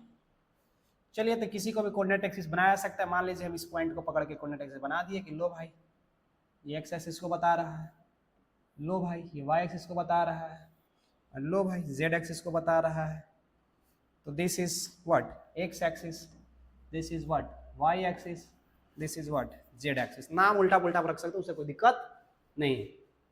बस हमें पॉइंट की एग्जैक्ट लोकेशन पता करनी है जिस रेफरेंस से आप निकाले हो, जिस भी रेफरेंस से। सबसे बड़ा काम है यहाँ कोऑर्डिनेट मार्क करना। आइए कोऑर्डिनेट मार्क करते हैं। इसकी कोऑर्डिनेट हो जाएगा 0, 0, 0। अगर हम इस पॉइंट के कोऑर्डिनेट मार्क करें तो y में डिस्टेंस है, ना x में है ना z में है, तो बाकी का दोनों कंपोनेंट 0 होगा, सिर्फ और सिर्फ y वाले रहेंगे। 1 मिनट, यहाँ पे 1 मीटर है ना, क्योंकि साइड लेंथ कितनी है 1 है। वैसे ही अगर मान लीजिए हम इस वाले एक्सिस पे इस पॉइंट को मार्क करें, सबसे पहले एक्सिस वाला पॉइंट मार्क करते हैं। तो अगर हम किसी भी एक्सिस पे अगर हम पॉइंट मार्क करेंगे तो एक्सिस पे, जिस एक्सिस पे मार्क करेंगे वो कोऑर्डिनेट होगा, बाकी के दोनों कोऑर्डिनेट 0 हो जाएंगे। इसीलिए दोनों कोऑर्डिनेट 0 हो गया, y वाला है। x पे मार्क कर रहे हैं तो 1 होगा, बाकी दोनों 0। अगर हम z पे मार्क कर रहे हैं तो बाकी दोनों 0 होंगे, सिर्फ z होगा। अब थोड़ा सा आते हैं फेस पे। किस पे आते हैं, फेस पे। तो अगर हम फेस पे अगर सेंटर अगर यहाँ पे कोऑर्डिनेट मार्किंग की बात कर रहे हैं तो सपोर्टेड yz पे अगर हम बात कर रहे हो तो yz पे जैसे ही रहेंगे तो x का कोई कंपोनेंट नहीं होगा, इसीलिए yz पे y और z वाला रहेगा। तो ये जो पॉइंट है जिसपे yz है 1,1 होगा, 1 मिनट, x 0 होगा तो x 0 हो जाएगा तो 1,1 होगा। अगर हम यही चीज इस y और x फेस पे अगर करें, मतलब xy पे करें इस वाले पॉइंट के लिए, तो यहाँ पे xy कोऑर्डिनेट होगा, मतलब 1 होगा, 1 होगा, लेकिन z नहीं होगा। वही चीज अगर हम नीचे वाले फेस पे करें, x और z इस वाले प्लेन पे करें, तो यहाँ पे हम क्या देख रहे हैं कि यहाँ पे x वो हो गया, y नहीं होगा, z होगा। और ये जो पॉइंट है यहाँ पर तीनों होगा, चूंकि ये स्पेस में है तो यहाँ पर x भी होगा, y भी होगा और z भी होगा। तो this is the centre of, this is the coordinate. तो सबसे पहला काम तो यही करना होता है कि कोऑर्डिनेट हमें मार्क करनी होती है। कोऑर्डिनेट अगर अच्छा से मार्क नहीं किए तो भाई साहब आप फेल हो गए, कहानी खत्म। ठीक है, इन पार्टिकल सिस्टम में हमें सबसे पहले कोऑर्डिनेट मार्क करना होता है। अब इसके बाद क्या करना है, कुछ नहीं, फॉर्मूला लगाना है। एक सेंटर ऑफ मास बराबर m1 x1 m2 x2 dot dot mn xn divide by total मास। चलिए टोटल मास को मैं m मान लेता हूँ। फिर वैसे ही y सेंटर ऑफ मास अगर हमें निकालना होगा तो क्या निकालेंगे, m1 y1 m2 y2 mn yn by total mass. z centre of मास निकालना होगा, m1 z1 m2 z2 mn zn divide by total मास। अब बात यहाँ समझना है, कहाँ तक n ले जाना है भाई साहब, n थोड़ी ना n तक ले जाना है। n यहाँ 6 पॉइंट है, देख लेंगे ध्यान से, जिसको जहाँ मार्किंग करना हो। ये 1 है, ये 2 है, ये तीसरा पॉइंट है, चौथा पॉइंट है, पांचवा पॉइंट है, छठा पॉइंट है, सातवां पॉइंट है। थोड़ा सा इसको घेर लेते हैं ताकि हमें इसकी वैल्यू ना समझ आए, ठीक है। और एक 8वां पॉइंट है। तो इस तरह से सब जगह पे पॉइंट रखे गए हैं, है ना, अपना नेमिंग अलग अलग हो सकता है, ABCD जैसे भी रखना हो। तो n की वैल्यू जो है हम कहाँ तक ले जाएंगे, n की वैल्यू 8 तक ही ले जाएंगे, माने m1x1 plus m2x2 plus m3x3 plus m4x4 plus m5x5 plus m6x6 plus m7 n7, इसके बाद m7x7 और m8xn, है ना, m8x8, ऐसे करके 8 तक जाएंगे। और जो भी वैल्यू आएगा उसको यहाँ पे रख देंगे और रख करके सोल्व कर देंगे, तो हमें मिल जाएगा x centre of mass, y centre of mass और z सेंटर ऑफ मास। इसका मतलब हम इसमें कोऑर्डिनेट मार्क कर पाएंगे और बता पाएंगे कि एक्चुअल में सेंटर ऑफ मास कहाँ है। तो बाकी की चीज़ आप खुद सोल्व करोगे।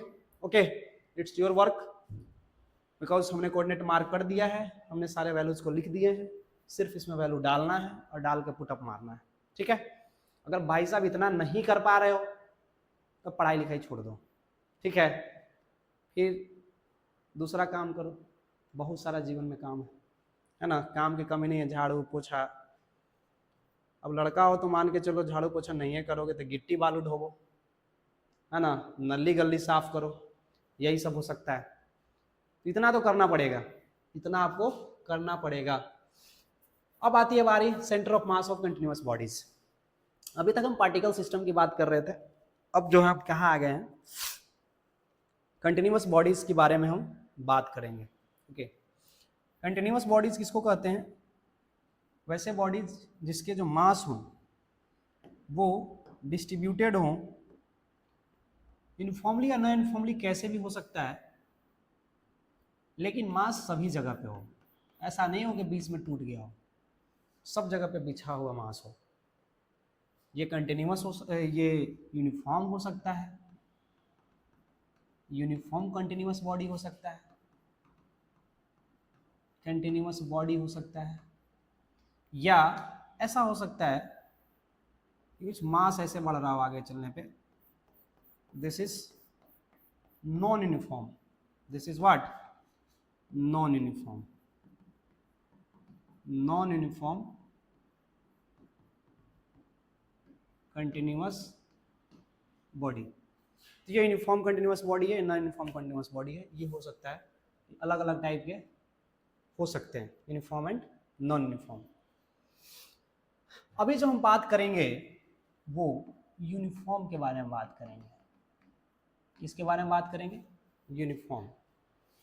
और जब नॉन यूनिफॉर्म होगा तो नॉन यूनिफॉर्म के अलग अलग केसेस को समझेंगे, लेकिन जो बेसिक फॉर्मूला होगा, अंडरस्टैंडिंग होगा, वो दोनों के लिए सेम होगा। तो बेसिक्स आर सेम, बेसिक्स जो होंगे वो दोनों में क्या होंगे, सेम होंगे। लेकिन बहुत सारे ज्योमेट्री का जो सेंटर ऑफ मास लिखा जाएगा वो इस प्रकार से ही जो है लिखा जाएगा, इसी कॉन्सेप्ट बेसिस पे जो है हम लोग लिखेंगे। ठीक है, तो चलिए स्टार्ट करते हैं। अब हमने यहाँ पे क्या पढ़ा, हमने क्या पढ़ा उस पर विचार करते हैं। अगर मेरे पास बहुत सारा पार्टिकल हो जाए, जैसे कि मान लीजिए कि ये कोई लीनियर ऑब्जेक्ट है, तो ऑब्वियस सी बात है यहाँ से लेके यहाँ तक अनंत पार्टिकल्स भरे हुए हैं। This is the infinitely long, infinite particles, long नहीं बोलेंगे, इनफाइनाइट पार्टिकल्स। अगर मुझे यहाँ से यहाँ तक टोटल सबकी अगर इस रेफरेंस से अगर पोजीशन पता है, कोई यहाँ पे डीएम मास है और इस डीएम मास जो कि यहाँ से आर पोजीशन वेक्टर पे रखा हुआ है, ऐसे ही डीएम मास के प्रत्येक मास अलग अलग डिस्टेंस पे रखा हुआ है। डी आर डिस्टेंस जोड़े तो आर प्लस डी आर पे दूसरा है, तीसरा है, चौथा है, ऐसे करके सब रखा हुआ है। तो हम ये कह सकते हैं कि यदि मैं इस आर को वेरी कराऊं, आर इंटू डी एम करूँ, तो R into D M mass moment मिल जाएगा। और यदि मैं इस मास मोमेंट को टोटल ऐड कर दूं, दिस इज ऐड कर दूं, ऐड करने का मतलब क्या होता है, इंटीग्रेशन, इंटीग्रेशन कर दूं और इसके टोटल मास से क्या कर दूं, भाग, this gives the centre of mass. हम अगर बेसिक डिस्क्रीट फॉर्म वाले फॉर्मूले अगर देखें तो हमें क्या मिले हैं, यही मिले हैं ना कि आर सेंटर ऑफ मास जो होता है वो होता है m1r1 plus m2r2 plus dot dot mn/rn बटा total mass, this is total mass. तो अगर मैं इससे कंपेयर करूं तो एक्चुअल में ऊपर क्या लिखा हुआ है, total mass moment, total mass moment divide by total mass, this is the centre of mass, ये आ रहा है। अगर सेंटर ऑफ मास, अगर हम टोटल सेंटर ऑफ मास की बात करें तो कुछ इस प्रकार से आ रहा है, बात समझ में आ रही है, ये इस प्रकार से सेंटर ऑफ मास आ रहा है। इसी चीज को हमने क्या करा है, कंटिन्यूअस ऑब्जेक्ट के लिए कन्वर्ट कर रहा है कि r इंटू डी एम, मतलब r जो है लेंथ है, कहाँ से, इस रेफरेंस से, dm जो है मास है, तो उस छोटे सा mass into r, this is called mass moment. यदि मैं इस मास मोमेंट को पूरा प्रत्येक पॉइंट के लिए यहाँ से यहाँ तक एडअप कर दूं, तो this is the sum of the mass moment, and sum of the mass moment divide by total mass, this gives the centre of mass. ठीक है, तो जब भी हमें कंटिन्यूअस सिस्टम का मास, सेंटर ऑफ मास निकालना होगा, इस फॉर्मूला को लगाएंगे। अब हम यहाँ ध्यान रखेंगे, ये r पे हमने निकाला है, ठीक है, थोड़ा सा इसको वेक्टर फॉर्म में ही लिख लेते हैं। तो अगर हम r पे निकालें, थोड़ा सा r को अगर हम कहें कि ये वेरिएशन जो है अलग अलग टाइप्स में हो रहे हैं, कुछ x एक्सिस के लॉन्ग हो रहे हैं, कुछ y एक्सिस के लॉन्ग हो रहे हैं, कुछ z एक्सिस के लॉन्ग हो रहे हैं। तो हम जो अब सेंटर ऑफ मास लिखेंगे, x सेंटर ऑफ मास अगर हम बात कर रहे हो, जो कि वेरिएशन x तरफ हो रहा है, तो वो क्या हो जाएगा, तो 1/m वैसे ही रहेगा, बस यहाँ पे r की जगह x इंटू डी एम हो जाएगा। अगर हम y सेंटर ऑफ मास की बात कर रहे हैं तो 1/m integration y into D M हो जाएगा। अगर z सेंटर ऑफ मास की बात कर रहे हैं तो 1/m integration z into D M हो जाएगा। This is what, this is the Brahmastra of the centre of mass. तो सेंटर ऑफ मास निकालने के ये ब्रह्मास्त्र है, ठीक है, दिस इज ब्रह्मास्त्र। ओके, तो हमें बिल्कुल एकदम इसको नोट कर लेना है और समझ लेना है कि किस प्रकार से ये ब्रह्मास्त्र चलेगा, और जब चलेगा तो भाई एकदम तहलका मचा देगा। ठीक है, कैसे चलाएंगे सवालों पे, चलिए हम आगे बात कर लेते हैं कैसे चलाएंगे।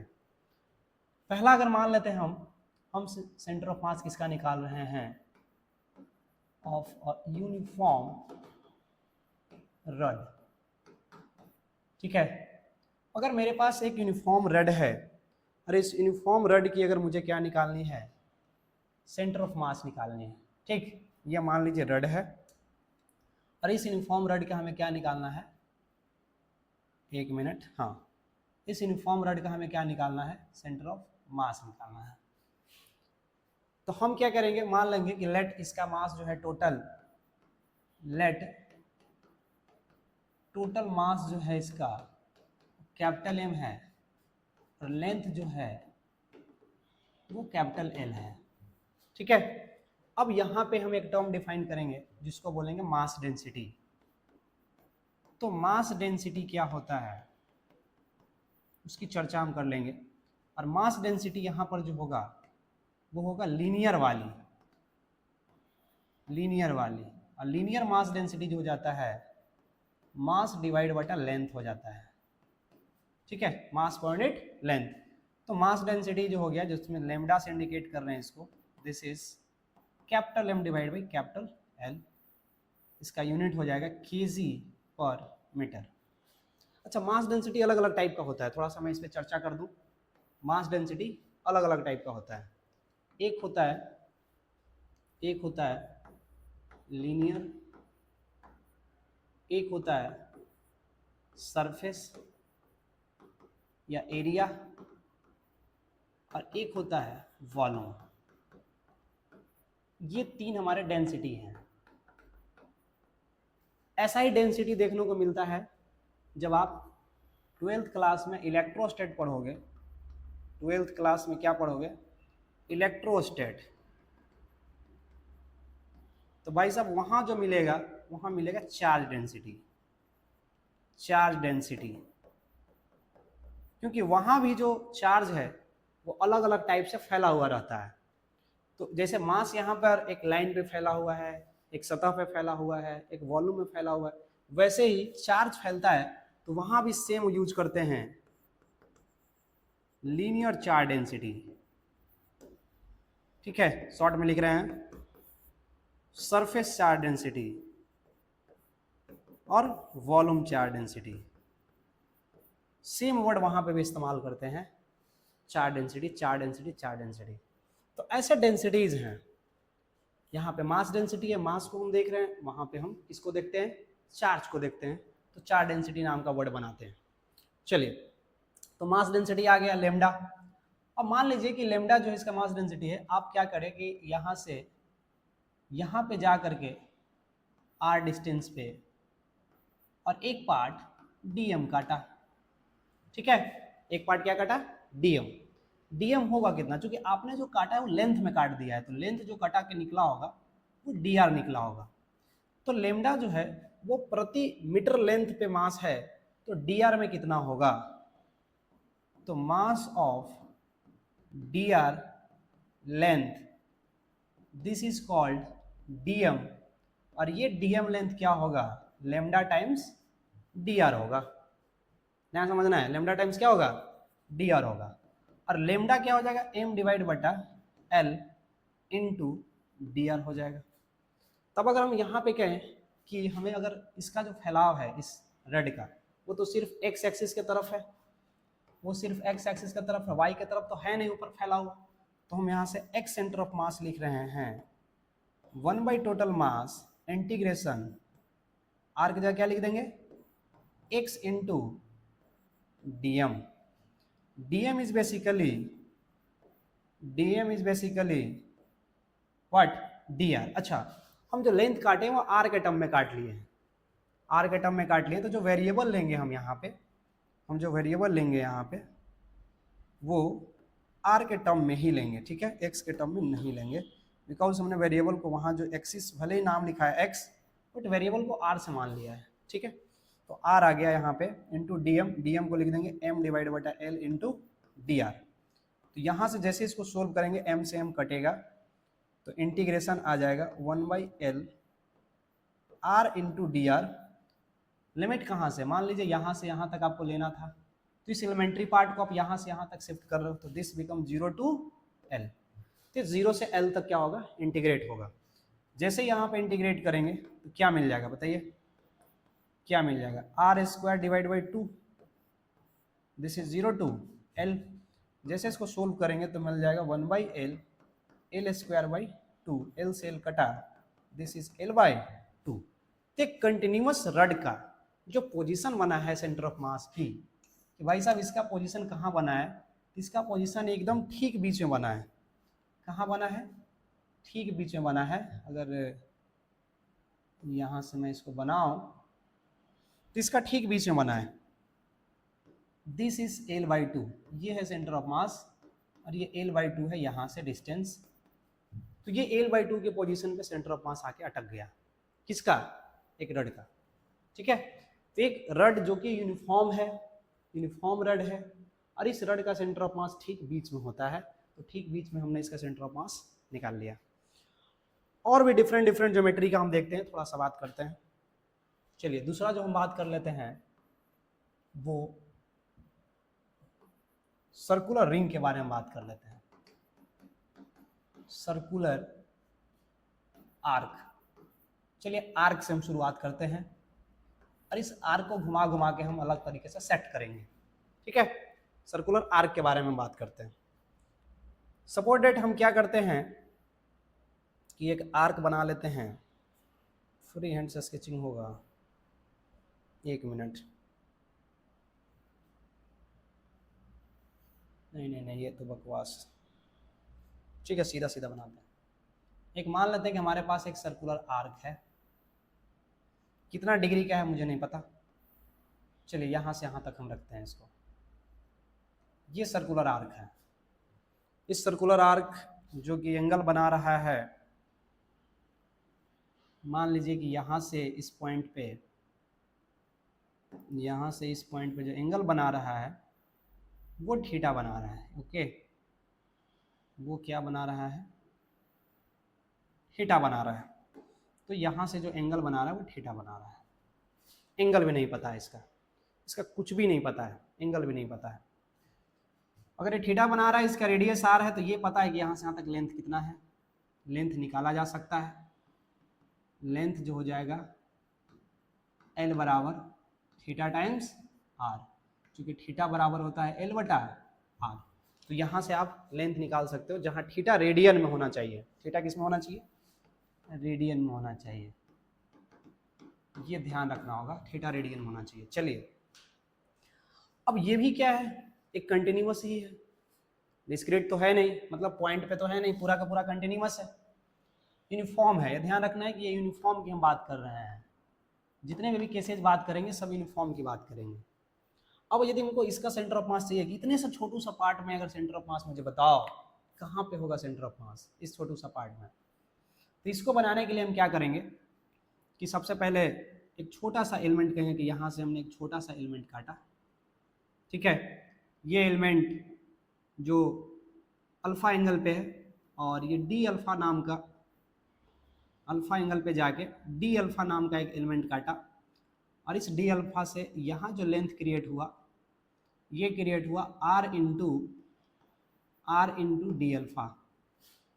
इसकी भी मास डेंसिटी पहले निकाल लेते हैं।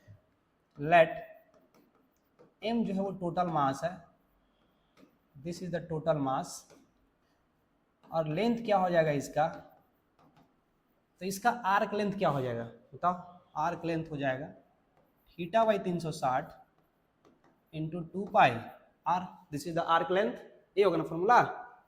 इसका मतलब यहाँ से ये आर्क लेंथ हो गया और ये एम हो गया, तो जो मास डेंसिटी होगा लेमडा होगा, और मास बटा लेंथ होता है, तो capital M divide by length, length हो जाएगा थीटा बटा 360, है ना, theta by 360 into 2 pi R, R is the radius, radius को कैपिटल आर बोल रहे हैं।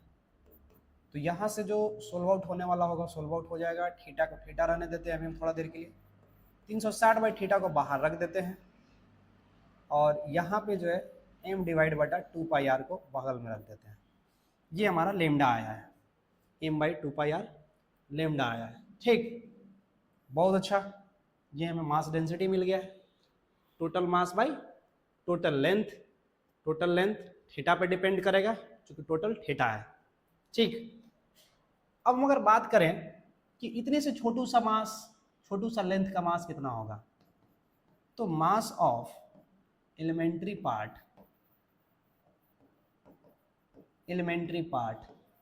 एलिमेंट्री पार्ट का जो मास होगा this is DM, DM is basically lambda times D R, D R के जगह यहाँ डीएल कर रहे हैं, ये छोटा सा जो लेंथ है आर इंटू डी अल्फा वो आ जाएगा।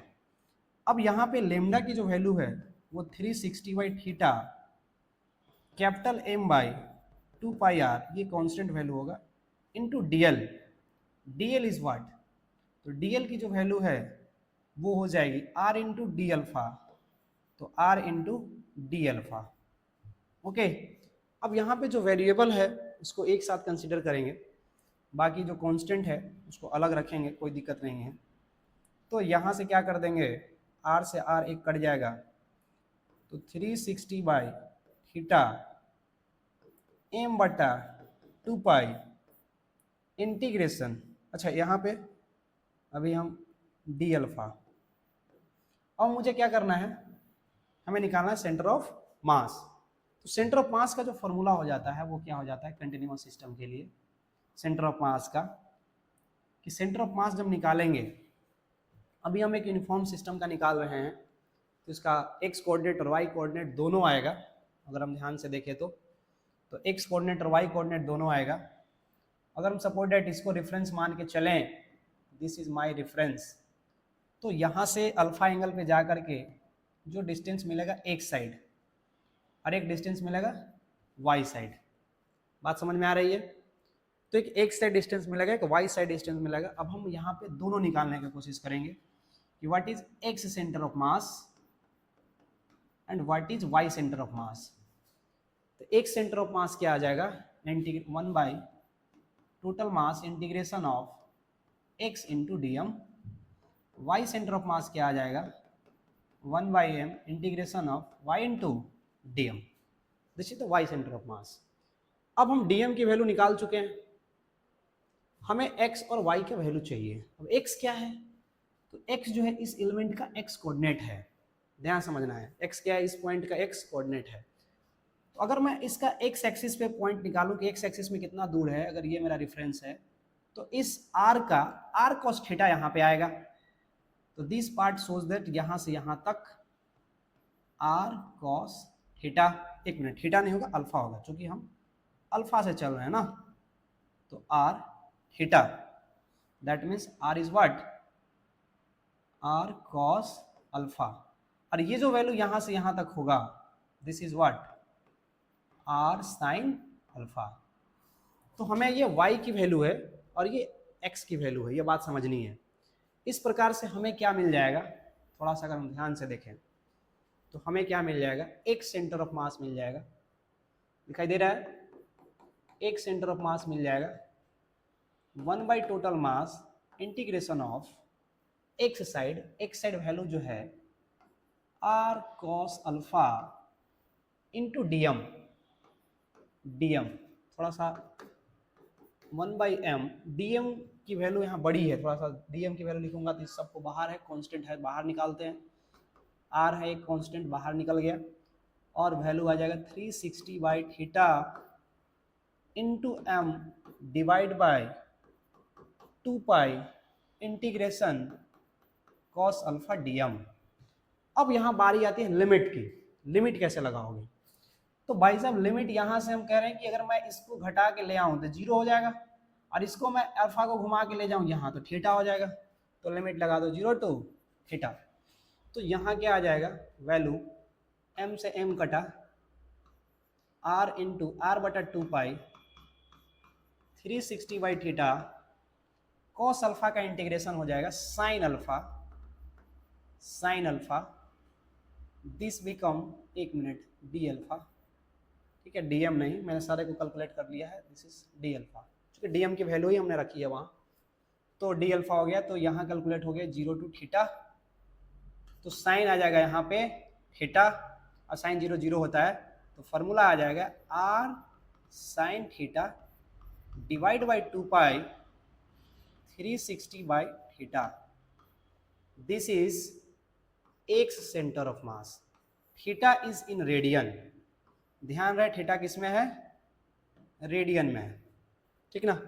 तो यहाँ पे हमने, यहाँ डिग्री में रख सकते हैं 360/थीटा, एक मिनट, हमने 360/थीटा करा है, थीटा यहाँ पे जो थीटा है वो डिग्री में ही है, ओके, थीटा जो है डिग्री में ही है, बिकॉज हमने जो यहाँ फॉर्मूला लगाया 360/थीटा, उसमें थीटा क्या लगा दिया है, डिग्री वाला ही लगाया है, ध्यान रहे।